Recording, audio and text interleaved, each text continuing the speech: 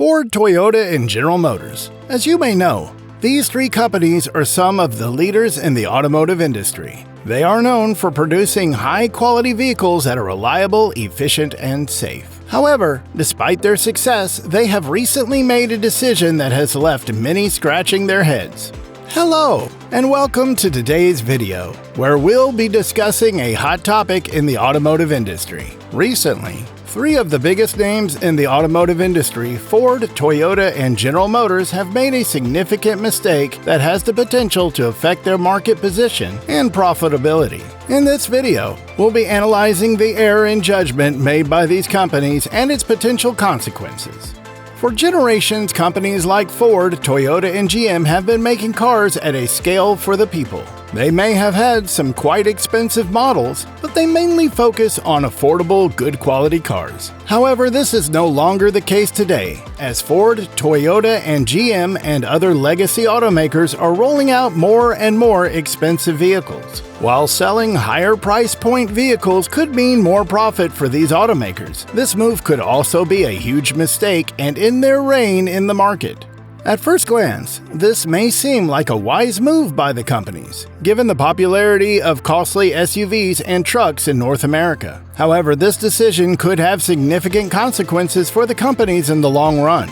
With stricter emission standards being enforced globally, consumers are becoming increasingly interested in purchasing fuel-efficient vehicles. By discontinuing smaller cars, these companies are limiting their potential market and potentially losing out on potential customers who are looking for more eco-friendly options. Anyone who's planning to buy a new car today will surely have to think twice. With the average new sky-high car prices, automakers are knocking middle-class people out of the market and making sure that only the rich can buy new cars. According to a blog post on CNBC, Sam Doggins says, "I watched in horror as a total of 690,000 new vehicles averaging $24,000 each were sold under the Cash for Clunkers program in 2009. The government's $4,000 rebate for trading in your car ended up hurting hundreds of thousands of people's finances instead. Your $20,000 invested in 2009 in the S&P 500 index would now be worth over $50,000 today, given that the stock markets are now at record highs." He further says, "The 1/10 rule for car buying is simple. Spend no more than 1/10 of your gross annual income on the purchase price of a car. If you make the median per capita income of $42,000 a year, limit your vehicle purchase price to $4,200 if you must buy one. Absolutely do not go and spend the median car price of $34,000. And the simple reason is that the upfront cost of a car isn't going to be the only thing you pay for. And cutting down your base price budget is the most effective way to cut down your cost."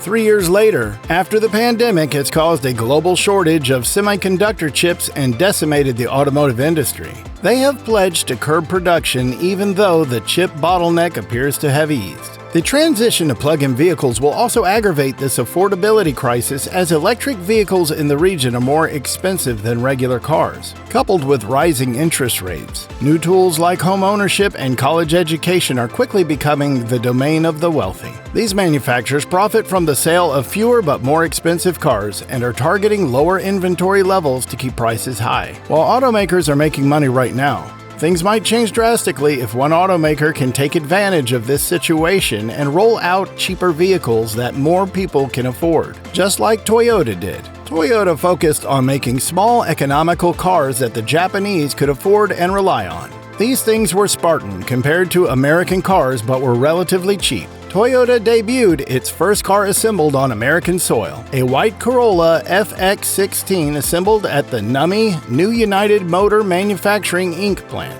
This model wasn't a hit with American consumers, and sales were low. Toyota quickly realized that the U.S. market was different from the Japanese market and that they needed to rethink their marketing strategies to succeed. After a critical analysis, Toyota began selling a new model of the Corolla, which was more in line with the tastes of American buyers. This car quickly became a hit, and Toyota's U.S. sales began to multiply. In addition to adapting its product line to the U.S. market, Toyota also implemented several other strategies, which made them the kingpin of the automotive industry. One of these was a focus on quality and price. Toyota was one of the first automakers to introduce the Total Quality Management System, which focused on continuous improvement and customer satisfaction, and thus they retained more customers than any other automotive brand.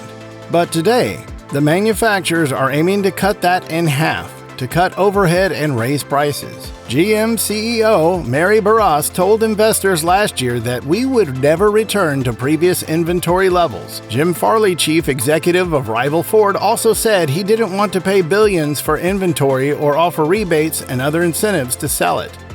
Now, if we see another automaker trying to emulate the strategy that Toyota previously undertook and bring a low-cost car to market, that company will surely steal the heart of the market from those other legacy automakers who are increasing their vehicle prices drastically. It's because there are more middle-class American families than elite ones. Therefore, if there is a car on the market that is even a little lower priced than the market, it will definitely sell well because more people can afford it. The demand for expensive vehicles may be temporary. While the current trend may be towards high-cost cars, this could change in the future. Changes in government regulations, fuel prices, and environmental concerns could shift the market demand back towards smaller and low-priced vehicles. If this happens, these automakers could find themselves in a precarious position with a lack of cheaper cars to offer to consumers. Moreover, by focusing on larger vehicles, these automakers are putting themselves at risk of falling behind in the electric vehicle EV market. As we move towards a greener and more sustainable future, the demand for EVs is only going to increase. By neglecting smaller, cheaper, and more fuel-efficient vehicles, these automakers are missing out on an opportunity to develop and implement EV technology in these low-priced vehicles. This could put them at a significant disadvantage in the long run. Focusing on implementing the electric system only to expensive cars will not only set back the researchers to use them in cheaper vehicles, but also will dishearten more and more loyal consumers. In conclusion, while it may seem like a reasonable decision for Ford, Toyota, and GM to scale back their production of cheaper and affordable vehicles in favor of expensive ones, it is believed that they are making a huge mistake by neglecting a significant portion of the market, ignoring the potential for changes in market demand, and risking falling behind in the EV market. These automakers could be putting themselves in a precarious position. Only time will tell if this decision will pay off for these companies. But for now, it's worth considering this decision's potential risks and drawbacks. Thanks for watching, and do let us know in the comments what you think about these decisions and how it has affected your decision to buy a car. See you again in your next video.